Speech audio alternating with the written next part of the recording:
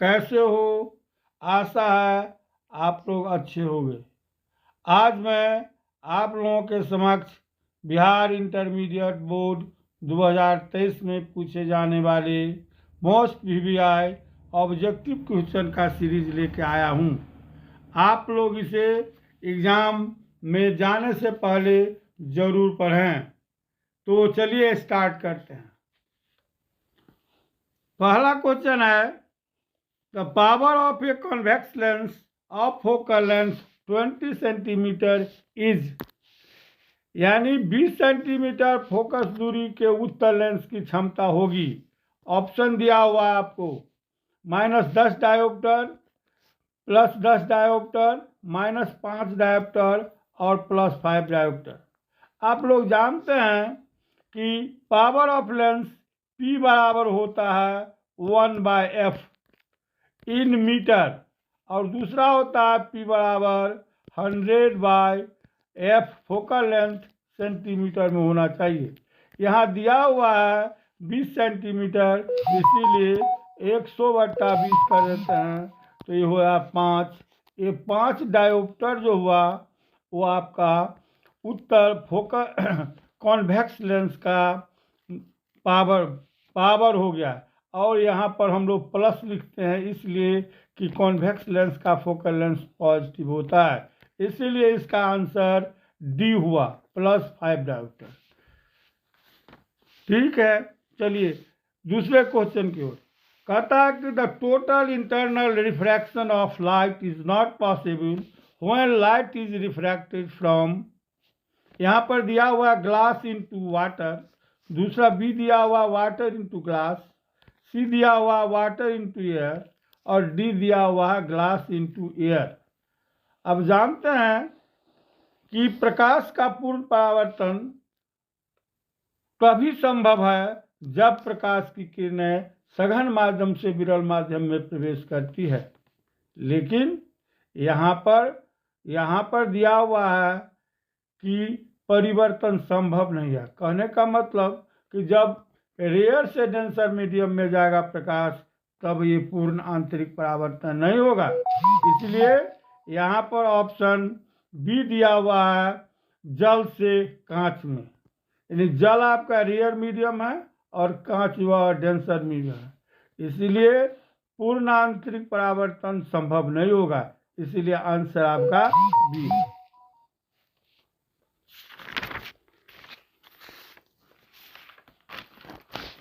तीसरा ऑब्जेक्टिव है कि the process of splitting of light into 7 colours through prism is called, इसको dispersion कहा जाता है। डिस्पर्सन कहा जाता है, इसीलिए इसका ऑप्शन आपका सी होगा। नेक्स्ट क्वेश्चन की ओर चलते हैं कि blue colour of sky is due to, आकाश के नीले रंग का कारण क्या है? अब जानते हैं कि वेवलेंथ जो होता है आपका ब्लू कलर का वो कम होता है, जिसके कारण इसका स्कैटरिंग अधिक होता है, स्कैटर अधिक होता है, इसीलिए आकाश में जो है आपको आकाश नीला दिखाई देता है। इसलिए इसका ऑप्शन जो दिया हुआ है स्कैटरिंग ऑफ लाइट, यही सही होगा, सी। निम्न में से कौन सी परिघटना प्रकाश की क्वांटम प्रकृति का समर्थन करती है? Which of the following phenomena of light support its quantum nature?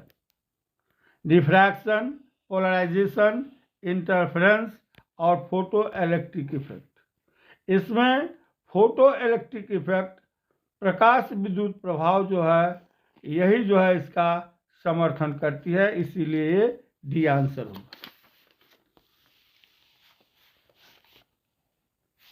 Next question, if a hollow sphere conductor is charge with positive charge, the potential inside it will be, यहाँ दिया हुआ ऑप्शन 0, दूसरा दिया हुआ है पॉजिटिव एंड यूनिफॉर्म, सी दिया हुआ है पॉजिटिव एंड नॉन यूनिफॉर्म और डी दिया हुआ है निगेटिव एंड यूनिफॉर्म। यानी यदि किसी खोखले गोलीय चालक को धन आवेश किया जाए तो इसके अंदर का विभव क्या होगा? आपको पता होना चाहिए कि वो खोखले गोलीय चालक को धन आवेशित किया जाता है तो इसके अंदर जो है वह क्या होता है, विभव का मान 0 होता है। इसीलिए इसका ऑप्शन जो होगा ए 0 दिया हुआ है, यही होगा ए।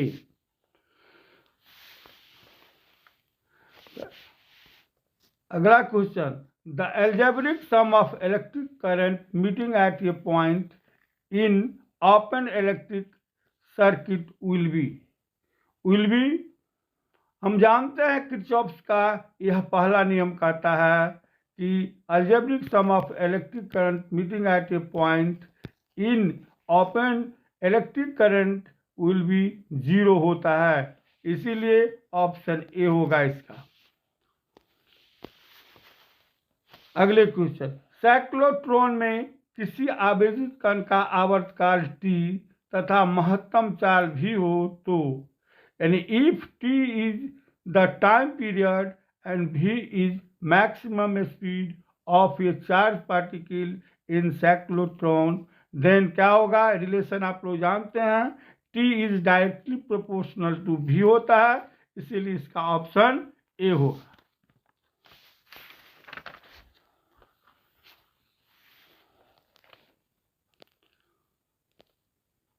The drift velocity Vd of free electrons inside the conductor placed in an electric field E vector is given as।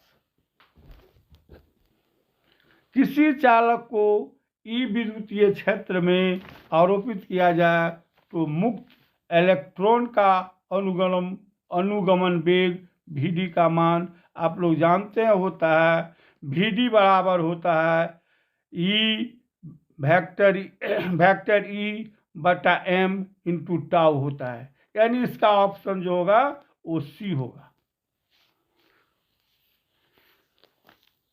अगले क्वेश्चन देखते, the resistance of an ideal ammeter is.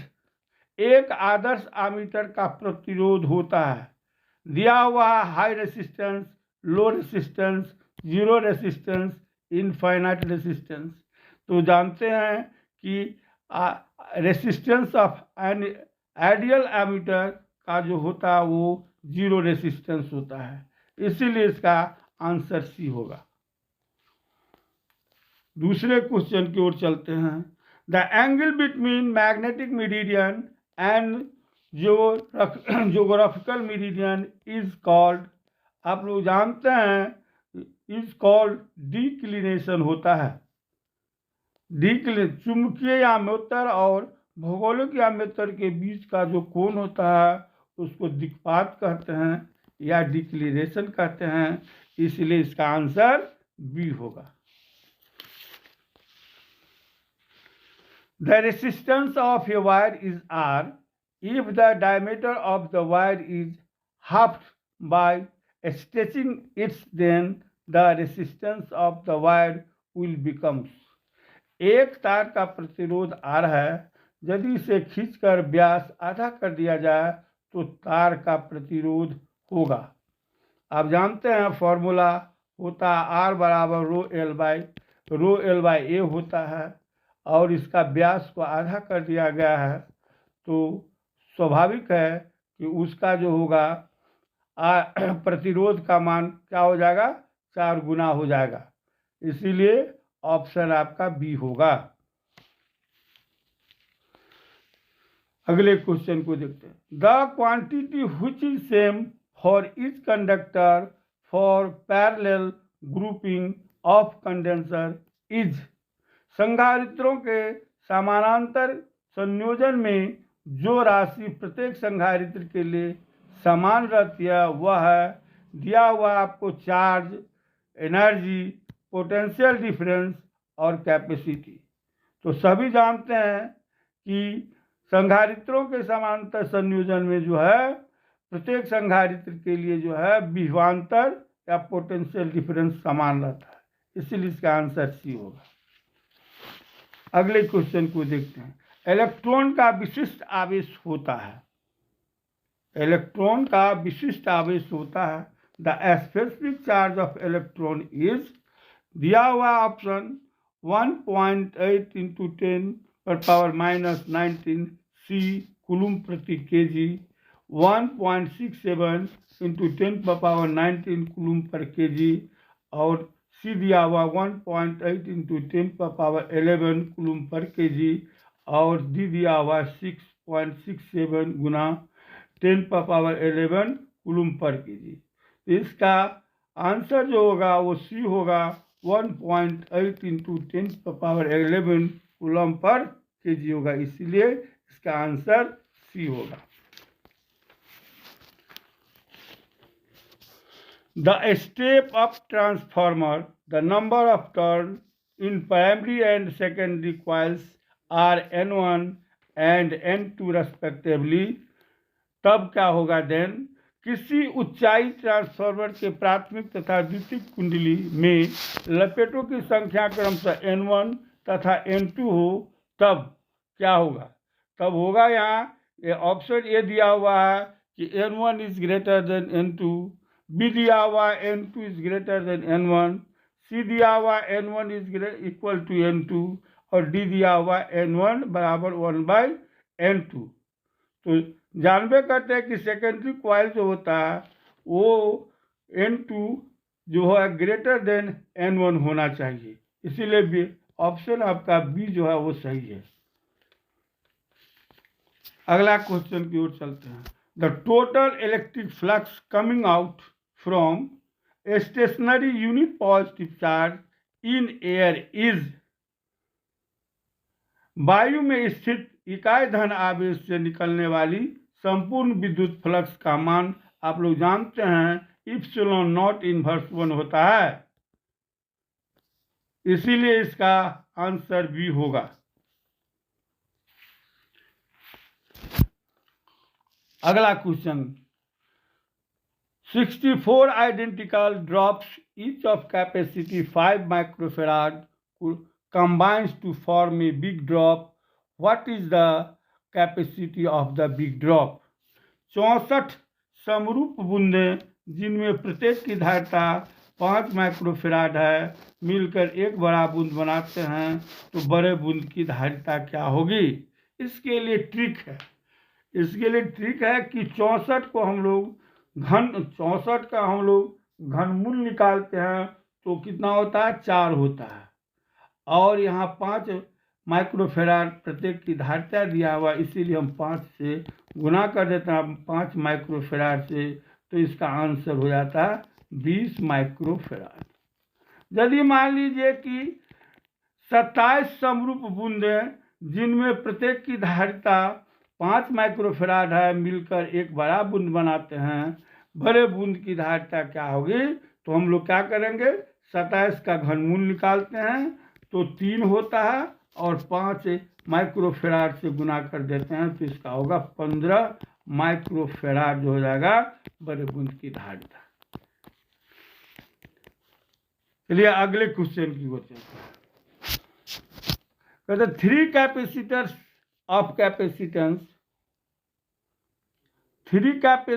Of capacitance 6 microfarad each are available. The maximum and minimum capacitor cities which may be obtained by them are, क्या होगा? आप लोग जानते हैं कि जब कैपेसिटर को पैरेलल में हम लोग मापते हैं तो CP बराबर होता है हम लोग NC होता है। CP बराबर क्या होता है? NC। तो फॉर्मूला मेरा है तो 6 फेराड प्रत्येक का दिया हुआ है, तो 6 गुना 3 बराबर 18 माइक्रोफेराड उसका हो जाता है। और यदि इसको सीरीज में कम्बिनेशन करते हैं तो हम लोग जानते हैं 1/CS बराबर होता है 1/C1 plus 1/C2 plus 1/C3। तो मान को डालते हैं तो 1/CS बराबर होता है 1/2, इसलिए CS बराबर 2 माइक्रोफेराड हो गया। अतः इसमें जो है सी ऑप्शन दिया हुआ है सीरीज में 2 माइक्रोफेराड और 18 माइक्रोफेराड, यही आपका सी आंसर है। चलिए अगले क्वेश्चन की ओर चलते हैं।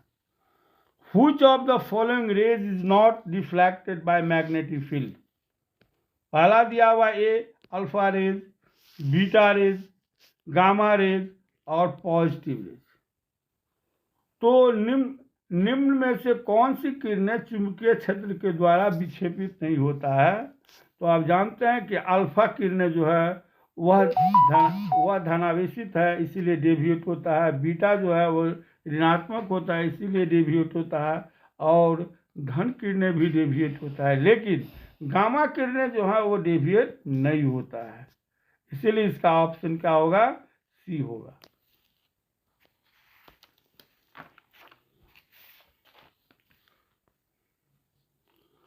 अब चौक कुंडली का शक्ति गुणांक, the power factor of chalk coil is दिया हुआ है। ए में 90 डिग्री, बी में 1, सी में 0 और डी में 180 डिग्री दिया हुआ है। तो चौक कुंडली जो होता है वो cos फाई बराबर होता है 0, cos फाई बराबर 0 होता है, इसीलिए इसका आंसर जो होगा वो सी होगा। चलिए बच्चों, अब हम लोग अगले एपिसोड में बात करते हैं। आप लोग मेरे चैनल फिजिक्स का मूल मंत्र को लाइक कीजिए, सब्सक्राइब कीजिए और बेल आइकन को दबाइए। ठीक है, धन्यवाद।